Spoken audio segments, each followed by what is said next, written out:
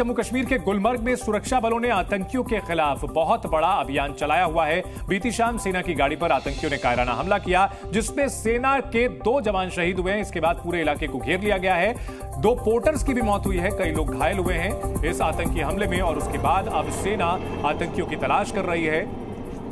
पहाड़ी इलाकों में छिपे हुए हो सकते हैं आतंकी, लिहाजा हर मुमकिन तरीके से उनकी तलाश की जा रही है। घुसपैठ करके आए हुए हो सकते हैं ये आतंकी।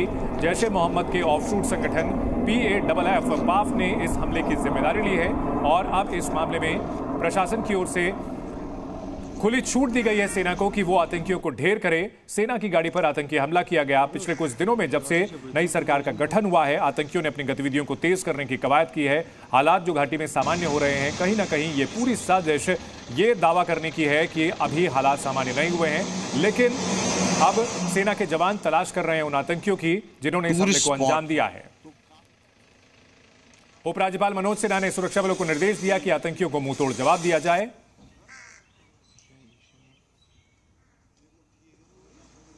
पिछले कुछ दिनों में टारगेटेड किलिंग हो या फिर सेना की गाड़ी पर हमला, आतंकियों के मंसूबे एक बार फिर से सर उठाने के हैं। 2 जवान इस हमले में शहीद हुए हैं। 2 पोर्टर जो स्थानीय लोग थे वो भी शहीद हुए हैं। उनको गोली लगी, उनकी मौत हो गई है। और अब मांग यही की जा रही है कि आतंकवाद पर आखिरी प्रहार किया जाए, आतंकियों को जड़ से खत्म किया जाए। जो भी बचे खुचे आतंकी रह गए हैं उनका नाश किया जाए। जिस तरह से जम्मू कश्मीर में आतंकियों को न सिर्फ चुन चुन करके मारा गया, बल्कि उनका जो फाइनेंशियल सिस्टम था, उनको जो पैसे मिलते थे, उसके पूरे सिस्टम को ध्वस्त कर दिया गया है। और अब जो आतंकी हैं वो छुप छुप कर कायराना हमलों को अंजाम दे रहे हैं।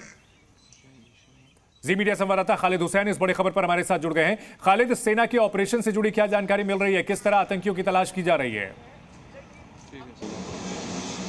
देखिए, एक मैसिव हंट जो है बोटापथरी के जंगलों में चलाया गया है और यहाँ से आप देख सकते हैं नाके लगा दिए गए हैं और यहीं से चेकिंग जो है जम्मू कश्मीर पुलिस कर रही है। लेकिन अगर हम बोटापथरी एक्चुअल जगह की बात करें जहाँ मिलिटेंट्स अभी भी छुपे होने की आशंका है, वहाँ किसी को जाने की अनुमति नहीं है।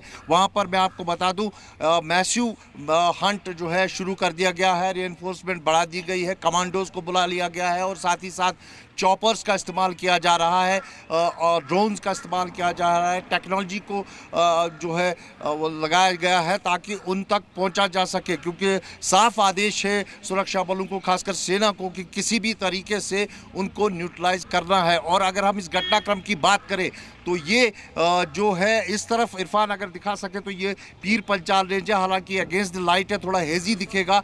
यही वो रास्ता है जहां से बताया जा रहा है कि उन्होंने इन्फिल्ट्रेट करके पुंछ से जो है बोटापथरी तक पहुंचे हैं और जैश ए मोहम्मद के offshoot People's Anti Fascist Front के ये ने इस हमले की जिम्मेदारी ली है और उन्होंने वहां पर आधुनिक हथियारों से फायरिंग की। 4 वाहन जा रहे थे आर्मी के, जिसमें 19 लोग सवार थे, एक JCO समेत। आखिरी 2 गाड़ियां जो है वो जद में आई, फायरिंग की और उसमें जो है 4 जवान जो है 2 पोर्टर 2 जवान शहीद हुए।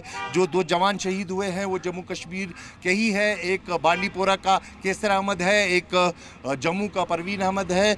उनको अंतिम विदाई दी गई है।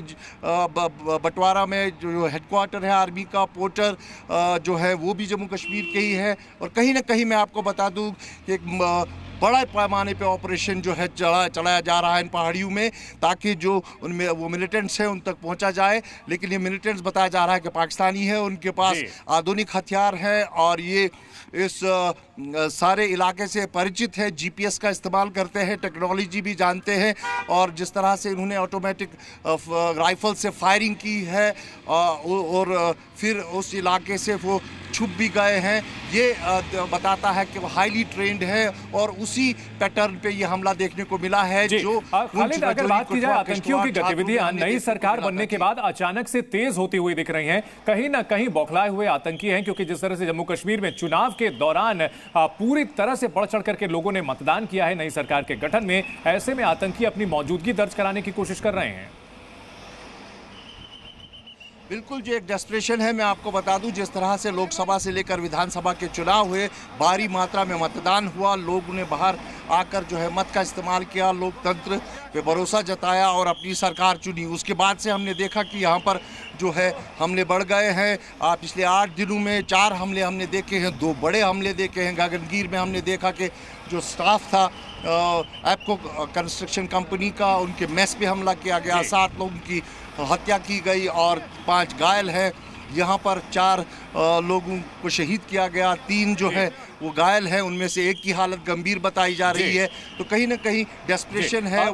इन सब के बीच हम बयान भी सुनवाते हैं इस पूरे मामले को लेकर। आतंकियों की कायराना करतूत के बाद सख्त एक्शन की मांग की जा रही है। बीजेपी और कांग्रेस की ओर से क्या कहा गया है, आपको सुनाते हैं।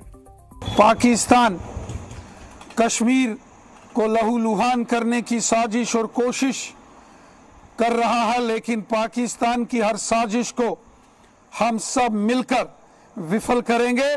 इससे पहले भी पाकिस्तान की हर साजिश को हमने विफल किया है और आगे भी पाकिस्तान के हर षड्यंत्र को, हर कोशिश को हम विफल करेंगे। चुन चुन कर इन आतंकवादियों को उनके गुनाहों की सजा दी जाएगी।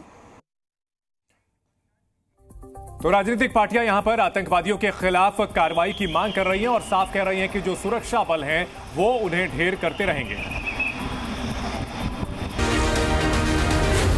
Zee News.